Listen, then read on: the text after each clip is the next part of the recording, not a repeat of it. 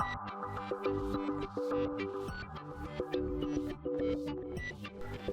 and welcome to my PlayHouse. And today I have a box from TerraMaster, and yeah, they sent me another NAS. I must have done really well with the videos that I've done on them, because they keep asking if I want to review their NASes.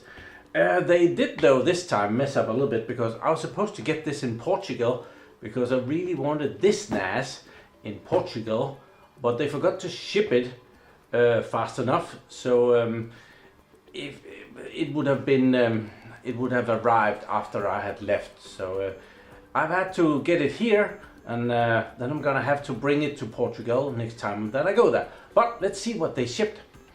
So this is not exactly how it came. This was just Morten being very, what the heck did I order this time, and not realizing what it was. So I kind of I didn't say on the label what it was. It just came from Amazon in Germany. So yeah, probably available Amazon in Germany. So here is the box, and it's an all SSD NAS for Bay, and it's the F4 SSD home data. Okay, it has gotten some, it has met with some other hard obstacles. It's like the box is out of square, but never mind. I have done multiple TerraMaster NASes, and their hardware is really good. So you get a lot of oomph for your money hardware wise. They put in good CPUs, they have more RAM, they have good communication speeds. Like this one should have 5 gigabit, yeah, 5 gigabit network connections. And yeah, that's just a little bit more than the competition. Of course you can get the competition where they have more than that, but you will also find that at a premium price. So this one, it says a lot here on the box actually. Here are some of the good selling points. The 5 gigabit networking, tool-free installation. Oh, that's gonna be, I haven't seen that before. The TOS 6, TerraMaster operating system number 6. TerraMaster has an okay, it's becoming a way better than it was. The first TerraMaster that I reviewed, the software was dodgy, but it has become really well, and now they can do the same thing as Synology can, where you can put in disks of different sizes and it can make an array out of that, and I think that is really cool. So this is one of the selling points of this, why I wanted it, and accepted that they were gonna send me one for free to review. Yeah, I'm a hard bargain on that one. So it takes 4 of these M.2 NVMe's, and those can be the 2280. That's the length of them, how long they are. 4K multimedia, 19 dB noise. I don't know, 19 dB noise is not really noise. If you measure the dB in your living room, it's usually more than 19 dB. So yeah, the box has taken a bit of a beating. I haven't had this open yet, but it does look like someone else might have. So I hope there's still something in here, otherwise it's gonna be a weird video. So we get a user manual. I've done quite a few of these, so I kind of know what to expect. We get the foam. So it's luckily it's well packed, so probably nothing. Oh, this is not big. This is tiny. I have the F8 out there. Oh, there's more in here. Naturally, the power supply. I forgot about that. So, oh, we have some more things here. Control via mobile app, instant mobile photo backup, all-in-one media hub, 4K conversion support. Yeah, that's probably because of the good CPU in here.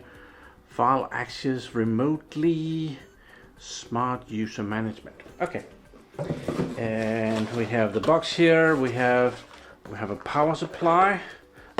Oh, it comes with a screwdriver. So why is it toolless installation when it comes with a screwdriver? Tool-free installation. So why is there a tool included? Even though I kind of like this screwdriver. I'm gonna keep that. I'm gonna keep all of it. It's mine. So, yeah. So I would claim that TerraMaster is becoming a serious player on this in this area of NASes. So here it is. So we get one 5 gigabit port, which is a bit less than I did actually think it would have 2, but it has 1. It has a finger screw, so maybe it is. Might as well take that finger screw. We're gonna go into it, so we're gonna take that out. But we get a USB-C, and they say that this can go up to 10 gigabits per second. So we could just pop a 10 gigabit USB-C internet connection in there. There's a reset. There is 2 other USB, the USB 3 point something something. I haven't read the manual, so 3.1, 3.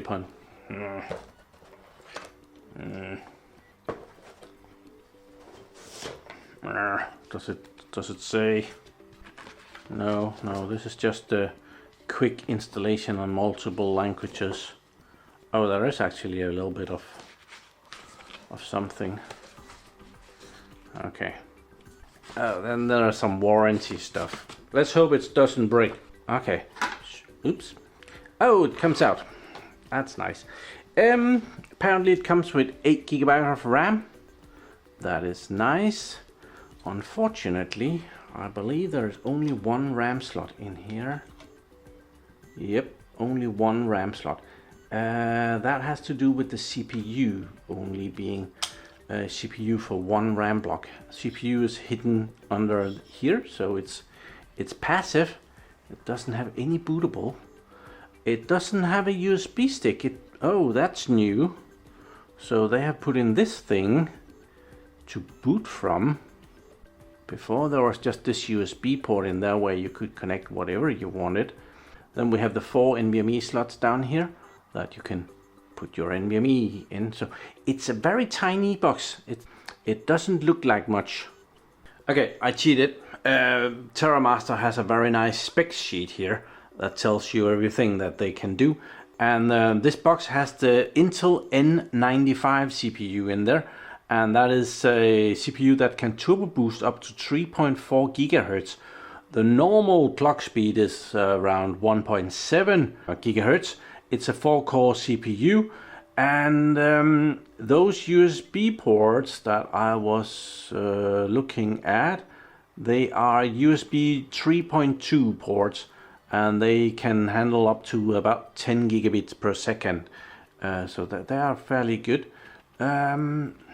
Well, actually, I don't think there's anything better in that form factor. But yeah, that's it. This device can handle up to 32 gigabytes of RAM. I don't know if I have the F8, and the F8 I am able to run 48 gigabytes of memory in, and therefore I actually have a 32 gigabyte memory block that I'm gonna be putting in this. But I don't know if it can handle the 48 gigabyte block. Someone would have to Google that. Okay, I was trying to Google that and I couldn't really find it on the main page. So I went to page number 2 and I was very amused that it suggests 2 of my videos on page number 2.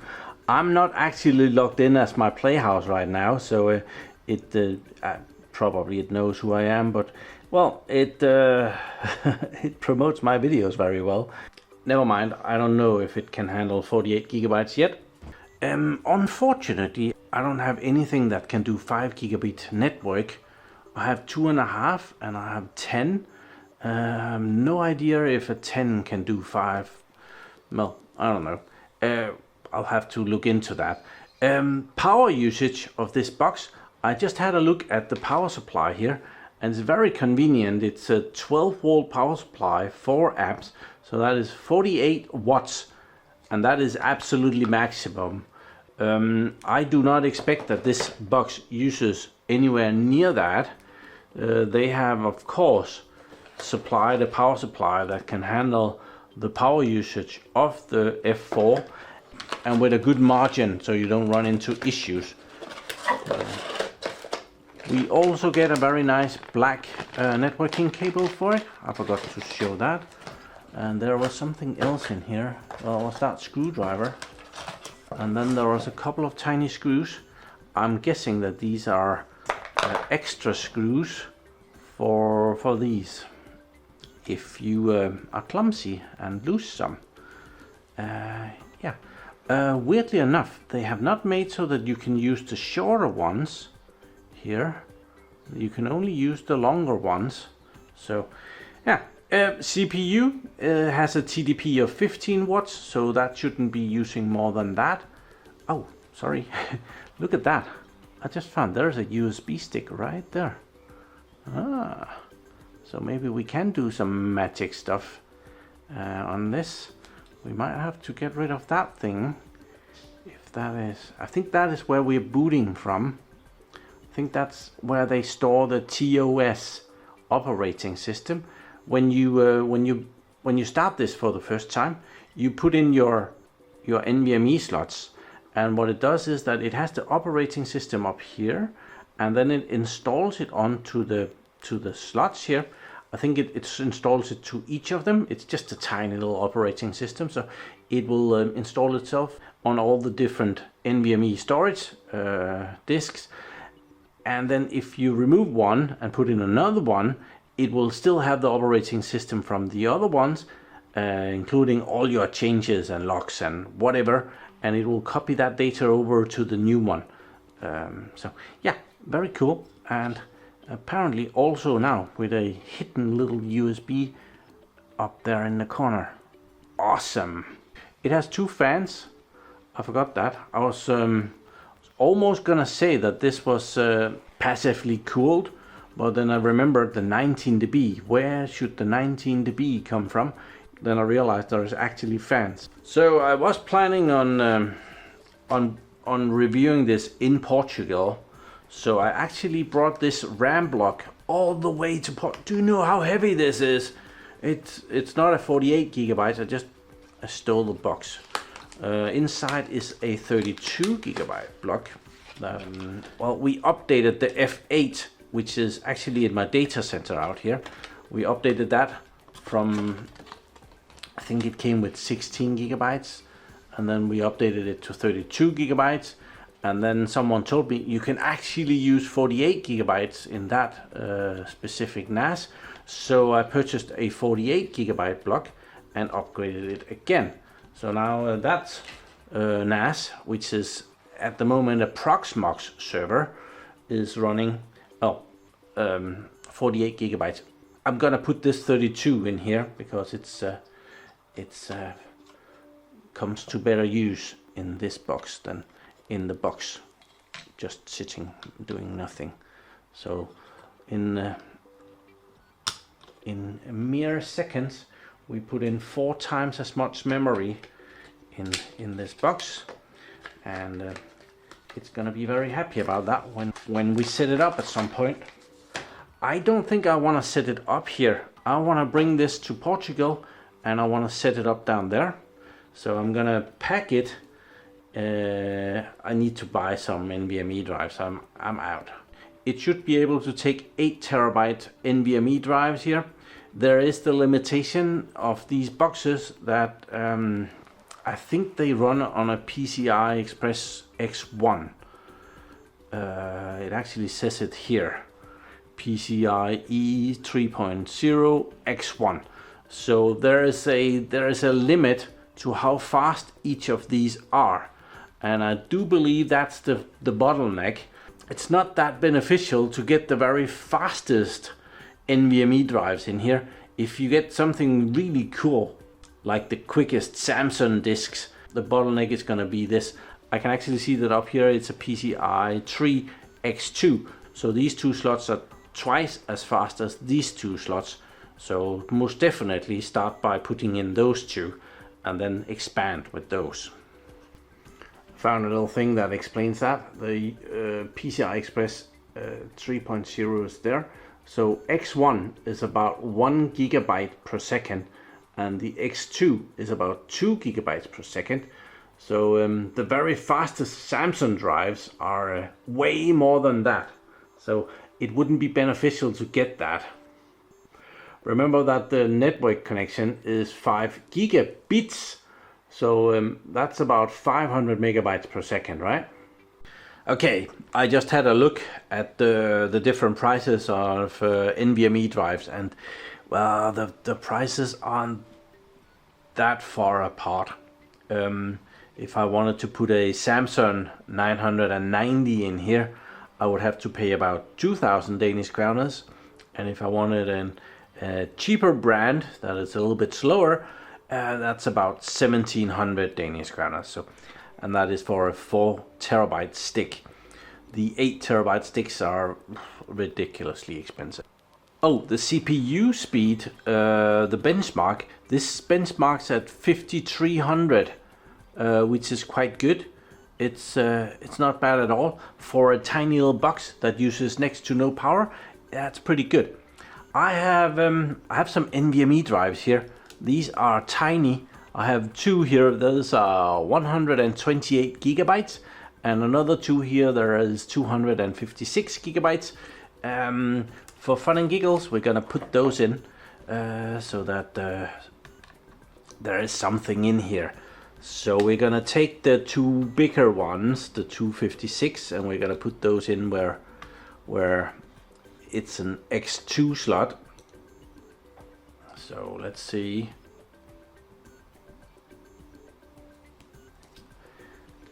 These are the 2 bigger ones. Do we have a good brand? Union Memory, and this is SK Hynix. I think this is the best one. So we're gonna pop that in first. Let me know in the comments if I'm wrong. And I don't know why they put that toolless thing in there. That's really unfortunate. That's really unfortunate when the tool is needed to put these in.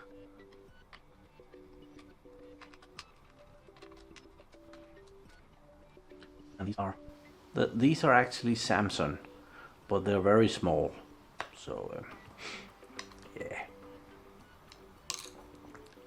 Come on. Very nice. The screwdriver comes magnetic. That's very beneficial. There.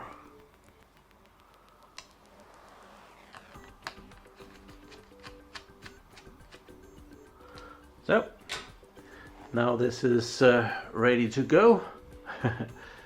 It's a very tiny box, and we can put this back on.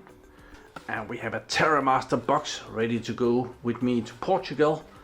I'm hoping that I would be able to fit it in this box. Let's see if we can. I think that is possible. So I'm gonna end the video here. We're just gonna pack this up.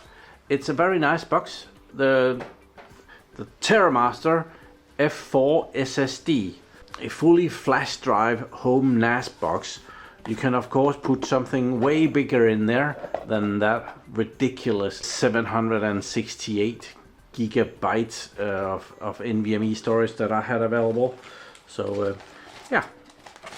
So my thought was actually to keep the TOS operating system on this one, and then put some virtual machines in the virtual machine engine that TerraMaster has put in there. So you can have your NAS and you can run virtual machines on there, and you can run Docker images and stuff on there as well. All the stuff to do that is in the box. So I was gonna test that out, but I'm gonna test that out in Portugal. But I do really recommend the TerraMaster. You get a lot more hardware performance for your money. The software is getting there. It's not as high-end and feature-rich as their main competitors yet, but it is for sure getting there. And price-wise, this is about 400 euros, $400 for a NAS with 4 bays and all SSD flash and 5 gigabit Ethernet, plus you can put a 10 gigabit Ethernet port in one of the USB ports. So yeah, $400 euros ish. It's about the same. We usually get a little ripped off here in Europe, so we have to pay about the same amount just in euros that the Americans pays in dollars, and the dollar is pretty low right now. So thank you very much to TerraMaster for sending me a unit for review. I will naturally leave a link in the description so you can go and check it out, see all the features that you probably couldn't read on the tablet. But other than that, thank you very much for watching my videos. Do subscribe to my channel so you can see me again, and remember to like the video. Have a nice day. Bye bye.